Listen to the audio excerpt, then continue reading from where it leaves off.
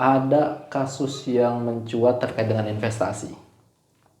Dengar gak Kang Dede? Kasus investasi yang mahasiswa Bogor. Biasanya kalau yang begini-begini sistemnya itu kayak Ponzi ya, jadi kayak gali lubang tutup lubang. Si mahasiswa yang investasi ini kan dia tidak punya uang.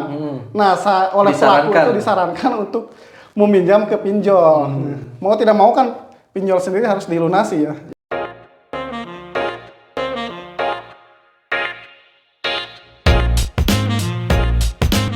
Assalamualaikum warahmatullahi wabarakatuh.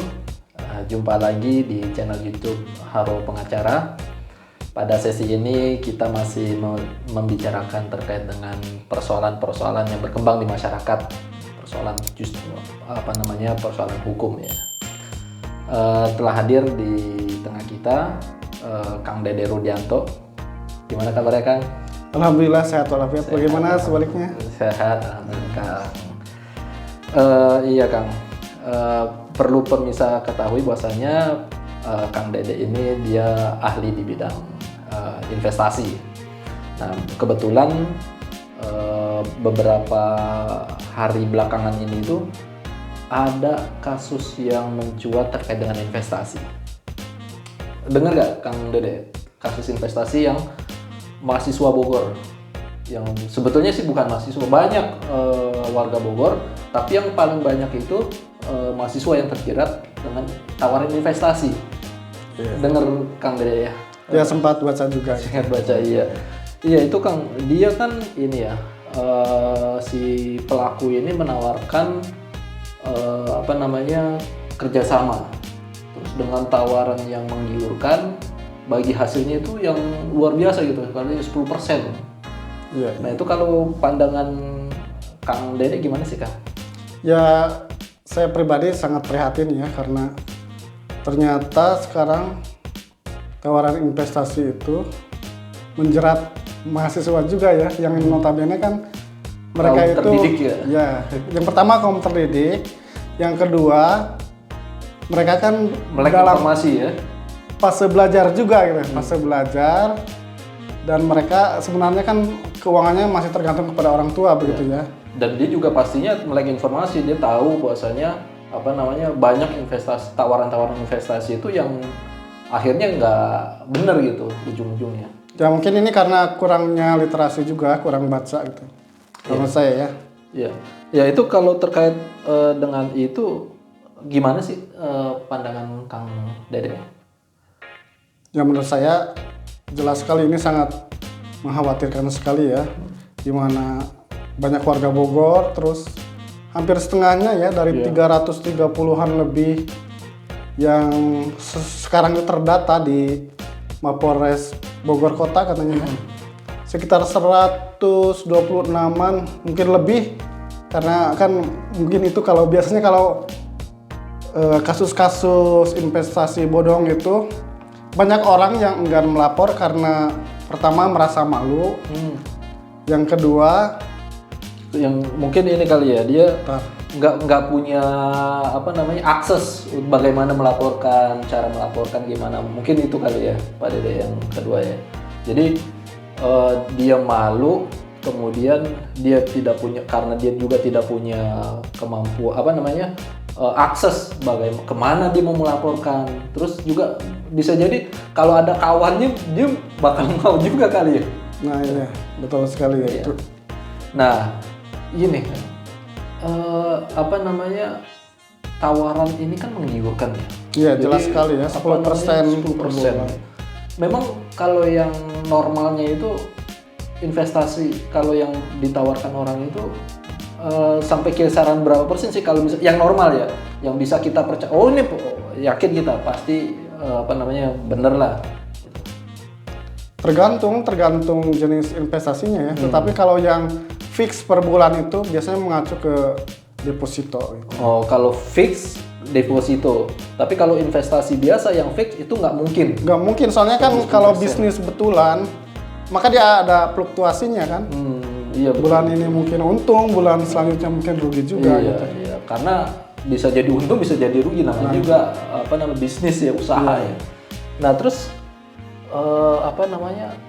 punya ini nggak sih Kang Dede tips gitu agar jangan sampai nanti masyarakat umumnya itu dia terlibat lagi, terjerat lagi dengan tawaran yang menggiurkan untuk investasi ini dan itu.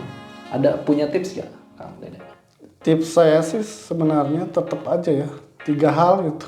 Yang pernah Kang Dede sampaikan waktu di podcast sebelumnya ya. Ya itu. Yang pertama adalah logis. Yang kedua legal, dan yang ketiga adalah paham ya.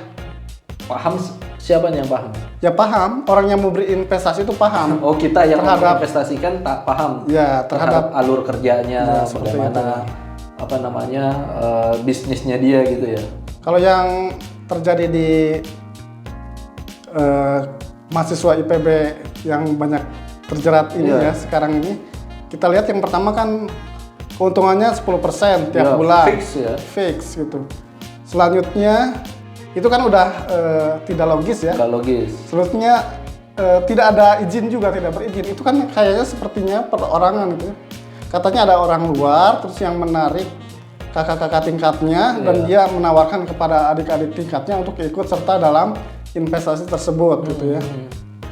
Dan itu tentu tidak akan ada izinnya ya kalau seperti itu ya. Dan selanjutnya adalah kepahaman. Nah ini banyak juga yang tidak paham gitu. Bahkan katanya yang tadinya uang yang disetorkan itu atau uang yang dibelanjakan kepada apa ya? Kepada pelaku itu ya. Pada mulanya diberikan barang. Selanjutnya tidak gitu ya, cuma poinnya aja. Nah, dan untuk keuntungnya sendiri itu hanya mungkin 1 kali saja ya, selanjutnya macet. Biasanya kalau yang begini-begini sistemnya itu kayak ponzi ya, jadi kayak gali lubang tutup lubang. Jadi untuk memberikan keuntungan bagi peserta yang lama itu dia mengambil dari uang dari investasi dia sendiri ya, dari peserta yang baru biasanya terus aja gitu. Akhirnya kan jadi mandek sebenarnya. Gitu. Tidak akan tertutupi gitu. Tinggal menunggu ini aja, tinggal menunggu bom waktu gitu ya, bermasalah gitu. Iya, tuh para penonton nih, channel YouTube Halo Pengacara. Jadi ada tipsnya itu dalam berinvestasi itu ada 3. Yang pertama itu logis ya. Kalau kata Kang Dede itu logis. Logis itu masuk akal. Jadi kalau tawarannya itu bagi hasilnya menggiurkan yang sampai 10% kalau yang ini itu nggak logis kalau menurut Kang Dede. Kenapa? Karena memang apalagi fix gitu. Karena kalau bisnis itu kan kadang bisa untung, kadang bisa rugi gitu atau tidak untung. Kemudian yang kedua itu legal. Nah, legal ini ada 2 sisi. Pertama legal dari sisi si perusahaannya, kemudian yang setelah itu legal secara administrasi kenegaraan. Maksudnya dia itu terdaftar ya Kang itu. Iya, kalau misalkan investasi itu di OJK kalau nggak salah ya. Iya, salah satunya. Salah satunya di OJK atau bisa di Bapepam dan segala macam. Kemudian yang ketiga itu paham. Nah, pemirsa itu harus paham metode bisnisnya itu seperti apa. Gitu ya, Kang Dede ya? Iya, betul sekali. Ya. Nah, terus gini Kang, kalau misalkan dia nih ternyata sudah terjerat nih, Kang Dede, apa yang harus saya lakukan tuh? Yang harus dilakukan menurut saya ini tepat sekali ya. Mereka para korban melapor ke kepolisian setempat ya.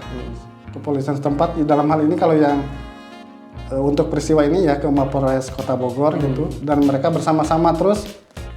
Saya lihat ada advokasi juga dari ini, kita patut apresiasi ya dari pihak universitas sendiri ya, dari rektornya turun tangan langsung menampung aspirasi mereka tuh untuk mengetahui persoalan yang sebenarnya, bahkan sampai melibatkan itu juga sepertinya OJK dan kepolisian juga ya. Sekarang untuk memberikan edukasi gitu ya agar mahasiswa ini ya dapat pencerahan atau literasi yang bagus mengenai investasi atau pengelolaan keuangan gitu. Tuh kira-kira pelakunya kena pasal berapa tuh Kang? Ini kan penipuan ya. bisa 378 KUH pidana penipuan atau yang biasa dikenakan pada tindak pidana penipuan elektronik ya. Kalau misalkan dia lewat media elektronik ya, karena ini kan ada marketplace juga, terus melibatkan pinjol juga gitu ya. Walaupun pinjol itu yang saya lihat itu pada peristiwa ini ya beda bagiannya itu. Jadi pinjolnya bukan penipuan kalau pinjolnya. Jadi itu kan si mahasiswa yang investasi ini kan dia tidak punya uang. Nah, oleh pelaku itu disarankan untuk meminjam ke pinjol. Mau tidak mau kan pinjol sendiri harus dilunasi ya. Iya. Tapi pinjolnya itu dia berlisensi ya? Katanya sih ada 5 perusahaan fintech lending yang legal ya, katanya gitu ya. Ya mungkin kalau yang legal tentu harus dilunasi, harus diselesaikan ya. Kalau masalah misalnya tidak bisa membayar atau mandek gitu ya, mungkin bisa mengajukan permohonan penundaan pembayaran atau restrukturisasi utang, atau mungkin juga bayar pokoknya aja gitu mungkin ya. Untuk itu bisa dilakukan? Ya bisa aja gitu, dan itu mungkin saya lihat itu kayaknya diinisiasi oleh pihak universitas juga ya, itu kita patut apresiasi ya. Nah itu Kang, tadi kan Kang Dede juga sempat menyatakan bahwasanya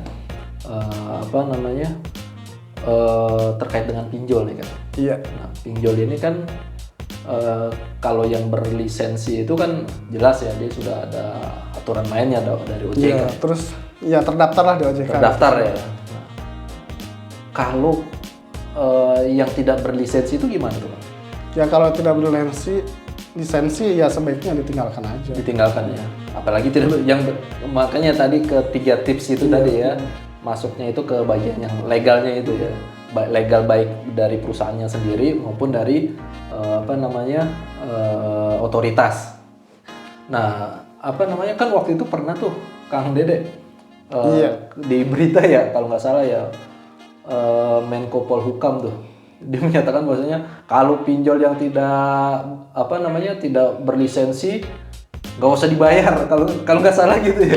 Pernah dengar nggak Kang Dede?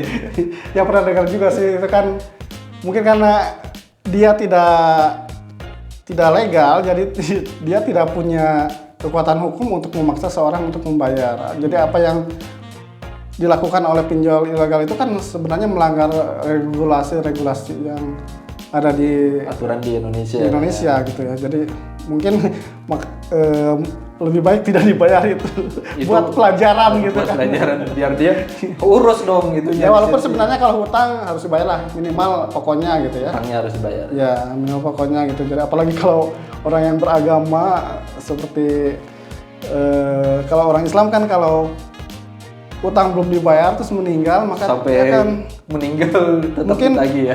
Akan ditangguhkan itunya ya. Iya. Perhitungan. Ya, pokoknya akan menjadi ini. Sebetulnya kalau menjadi hutang itu di bawah mati. Betul.